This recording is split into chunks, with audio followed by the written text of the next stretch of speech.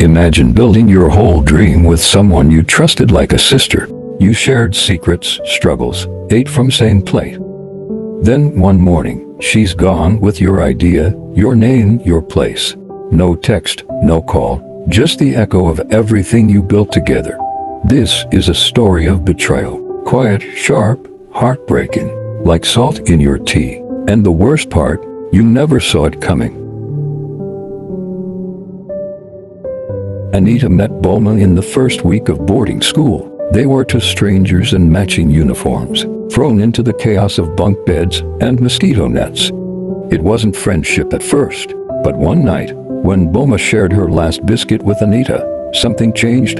That night, a silent bond was born. By their final term, they were inseparable. They did homeworks together. They shared gossips. They became besties. They made a pact with each other. One day we'll own Lagos.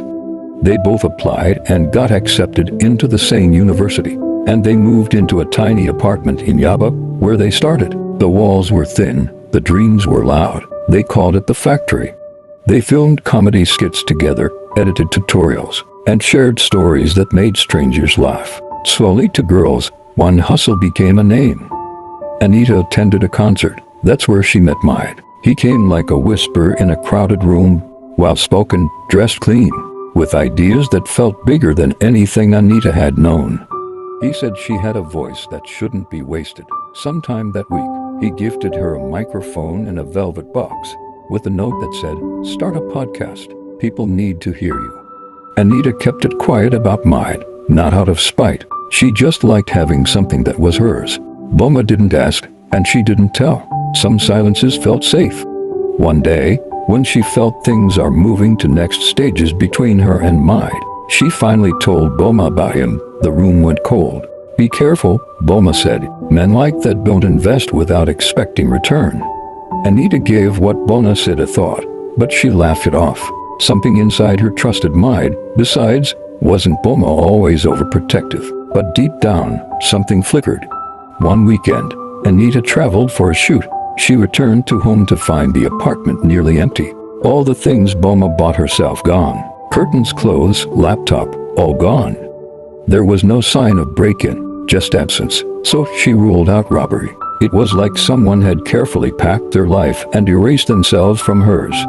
She called her and Maid, dropped countless messages. She waited for them to be returned because, in her heart, her best friend wouldn't betray her like that. But still, no answer. The silence now felt sharp, like glass pressed against her skin.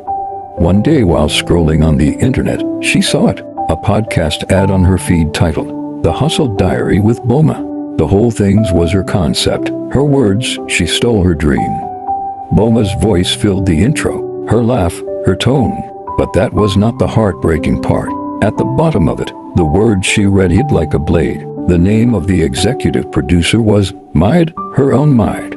Anita's hand trembled while she makes tea in the kitchen. She cried and consoled herself. She just stood in the kitchen, wondering what she did wrong to deserve such double betrayal. She took a sip. It tasted wrong. She thought what she added was sugar, but no, it was salt. Salt in her tea.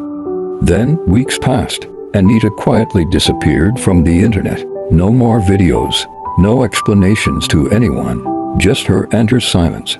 She picked herself up, applied for, and got a quiet job at a small radio station in Surler. Nobody knew her former internet personality, and she liked it that way. Sometimes, when she's alone at night, she records voice memos. Not for content, not for clout, just the truth, raw and bruised, just the way she felt. One night, she decided to upload one of the memos. Sometimes betrayal doesn't bleed. It just replaces your reflection with someone else's. It spread like smoke, quiet, slow, but deep. Her words reached inboxes, hearts, and even the headlines. That moment, she realized there's still life for her at podcast. She started her podcast again, now with a new name, Unedited with Anita. A podcast without filters, telling the kind of raw truths most people avoid. Her voice was louder now. She always had the voice for it, but now it's softer, but it cut deeper. She didn't chase fame like she did with Boma. It just came to her. People were glued to her podcast. Months later, she stood on a small stage holding an award. She was one of those that won an award at Voice That Matter annual podcast award. The lights were warm. Her smile was quiet. When she came to the backstage, she saw Boma again. Same voice, same charm. Turns out Might also left her not long after their betrayal. "I'm proud of you," Boma said, softly. Anita looked at her steady. "Was it sweet, what you took? Was it worth it? Or did it burn your tongue after the cameras stopped?" Boma couldn't answer that. She couldn't say a word. Anita turned and walked away from her, slow, calm. Oh, she held her award with so much pride. It felt good to have the last laugh. That night, she made another cup of tea. This time, her hands weren't shaking. No strange taste, just smiles and warmth. And as the city blinked beneath her window, Anita finally exhaled. The tea was hers. The silence was hers. The peace, hers alone. She was glad she never gave up. She was glad the betrayal never broke her. If you enjoyed the story you just watched, please like, share, and subscribe.